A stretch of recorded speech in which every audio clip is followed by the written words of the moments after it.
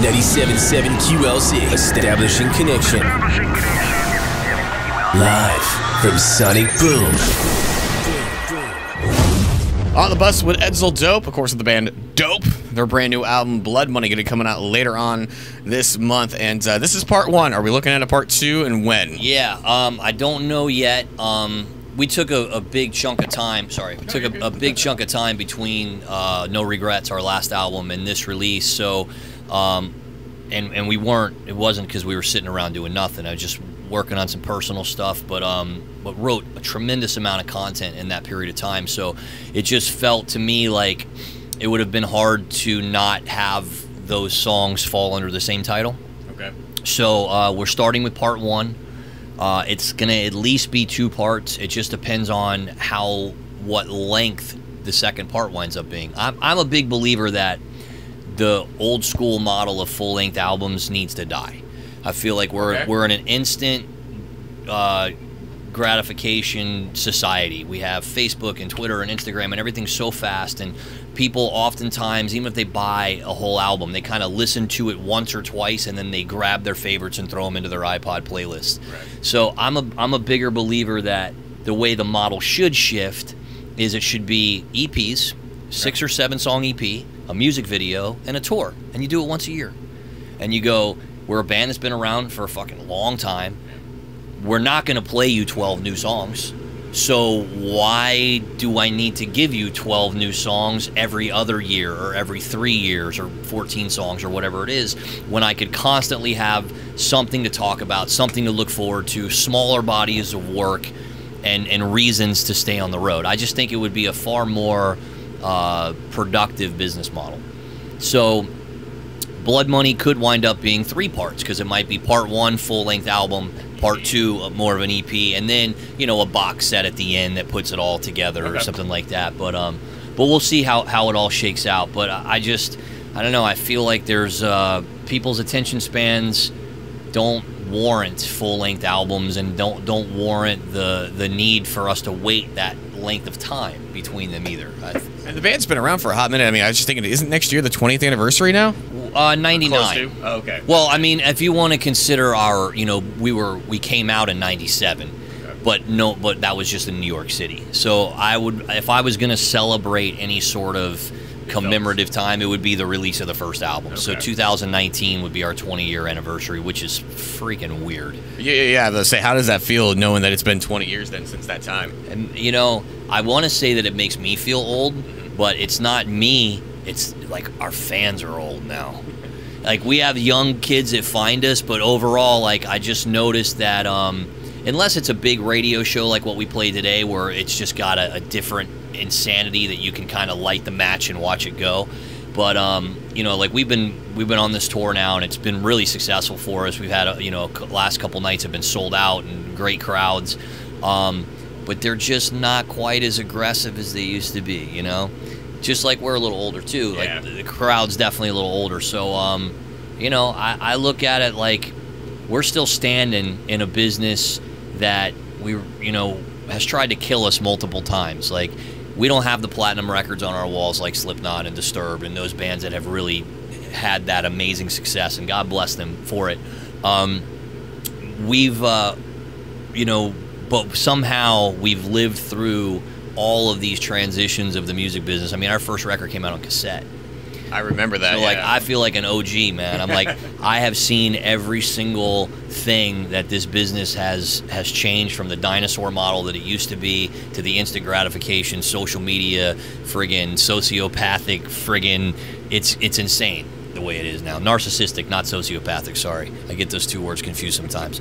But it's weird, man. It's like, you know, the more narcissistic you are, the more visibility you'll get. The more that you'll take pictures of what you eat for breakfast and put it on Instagram, the more people follow you. And that's one part of the business that's hard for me to subscribe to. I can't really do that.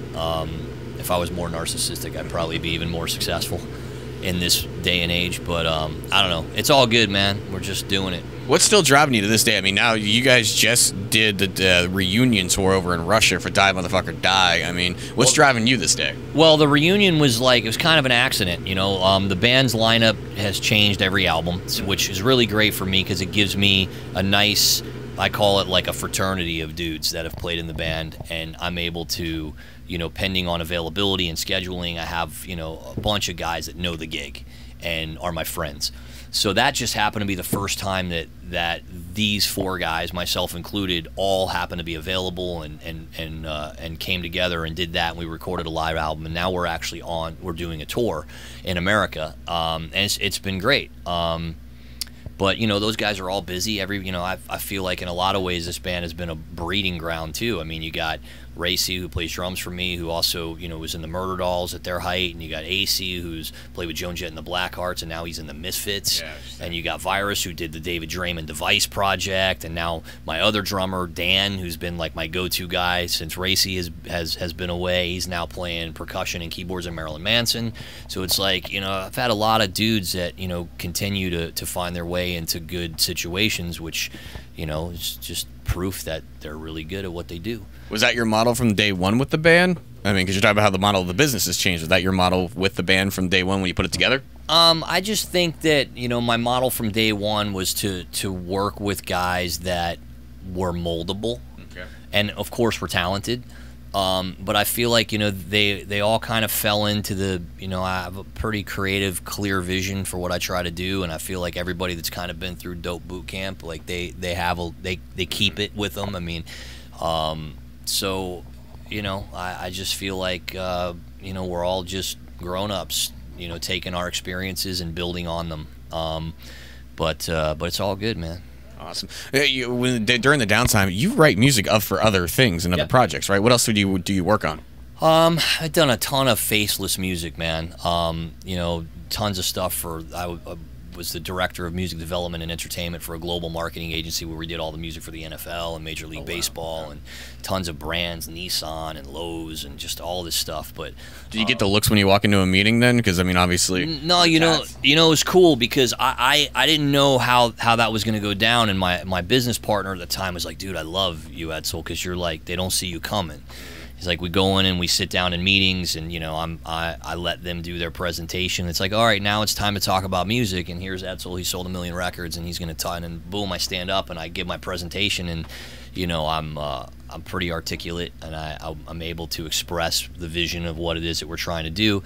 So so I was really successful in that regard. And then where I really became an asset is, you know, after the meeting when you're in the bar and then it's story time. It's like, you know, oftentimes they say the guy that you want to do business with is the guy you want to have a beer with. So they all like to have beers with me. You know, I produce other stuff too, and I don't know, man. I'm just always busy doing something. Always got something going on. Yeah, man. You know, ambition is my drug.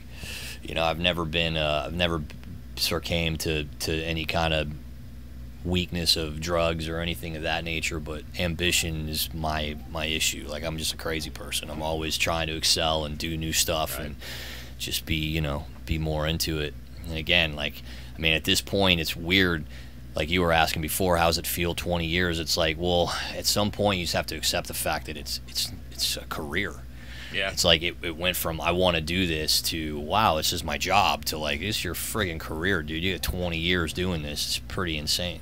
And also to say that you had the time, you've done it, and you can still do it now. I mean, yeah, and we do it at a pretty respectable level. Again, there's not a lot of bands that I feel like put out the quality of content that we put out at this stage in the game that don't have platinum records on their walls. And that's always been really important to me. It's like if you look at the latest video that we put out for a song called Blood Money, just the visual that video alone, in itself. You know, it's like, to me, that's always been really important to me is, you know, you can go back to our early days when we were on Sony and we had that Everything Sucks video, and it's like, wow, the budget must have been crazy. It's like, yeah, it was, but you look at what we do now and it's competitive. It's the bar never dropped with us, where I feel like you can look at a lot of other contemporary bands for us that, you know, when they were on the major label, they had expensive looking content, and then now that they're independent, it looks like Barbie's first music video. And it's cool, whatever, man. But like for me, I've always held myself to a higher standard, and you know, I direct our music videos and I produce our records, and there's a lot of blood, sweat, and tears that goes into it. But it's just, you know, it's an ambition and a pride thing, and I always feel like if I'm gonna do it, I'm gonna do it at a certain level. Otherwise, I would rather not do it. Well, I remember back the Group Therapy album, when you put it in the computer, it had a video for every single song. Yeah, I never really got credit for that either. Like, I hear everybody, oh, Beyonce, she's the first artist to do a video for every song, and now Weird Al Yankovic. And it's like, okay, cool, God bless him. But, like, I did that shit back in 2003. Now, you know, it would be harder for me to do that now just because I feel like the level of expectation of the content is higher. Like back then, you could get away with stuff. You know, some of those videos were very low budget. They still look cool, but, you know, I couldn't get away with doing something like that now. I'd have to, it would be a lot more of an undertaking. But again, I mean, this new Blood Money record, we've already released 3 music videos and the record's not even out yet. It's more than most bands release in the entire life of a record, and we still got 3 more in the can. Oh, wow. So, I mean, the visual support element's always been really important to me. The artwork of the records have always, you know, for me, I've always wanted it to be impressive. Like, and it's a big 16-page digipack, fold out. Like, it looks, you know, it's like something. That's always mattered to me too. So. All right, well, part 1's coming out at the end of October, and make sure you keep an eye out for that. Hear the song Hold On right here on QLZ. And we'll wrap real quick. You guys have the live album. How much of an undertaking was that for you? Because obviously the way you think and the way you produce things, I mean, it had to be almost picture perfect in your mind. Yeah, I mean, it was a lot of work, but again, like, I knew we had it in us, and I knew that, you know, so much of that comes down to just recording it properly. You know, we went over to Russia and we took a bunch of good mics and some mic pre's and good interfaces and made sure that what went to tape sounded really good. And then I was able to get home with it and then, you know, properly mix it, sound replace some things so that, you know, the kick drums all sounded really punchy and do the things that you're supposed to do to make something professional.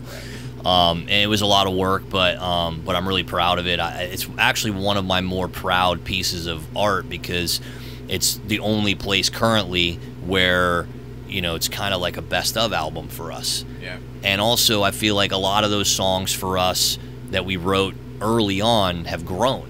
Even, you know, musicianship of them. There's little ad-lib guitar parts and little things that have happened that I feel like, and they're represented on that live album. But it doesn't sound like a shitty live album. So I'm really happy with that. You know, and we originally released it only as a online pre-order. So there's only, you know, a handful of them out there, a few thousand of them out there, and eventually we'll release it to iTunes. I think after Blood Money comes out and the initial height of that happens, then we'll release the live album as a digital thing so people can go out there and get it. But I definitely, if you're a fan of the band, that's something you definitely got to pick up. It's pretty badass. I picked up a copy today at the merch booth. So awesome. Thank you, man. I appreciate it. And again, that's another one where it's got a big 16-page fold out inside of it. It looks really cool. And yeah, man, that was an important record for us. Awesome. Well, I look forward to hearing it. I look forward to hearing Blood Money Part 1 when you guys drop it later on this month. Appreciate that as well. Thank you guys for listening. Thanks for, you know, giving a shit what we do, man. You know? Well, we appreciate it as well. Edsel Dope, the band Dope. Check it out soon. Blood Money Part 1. Peace.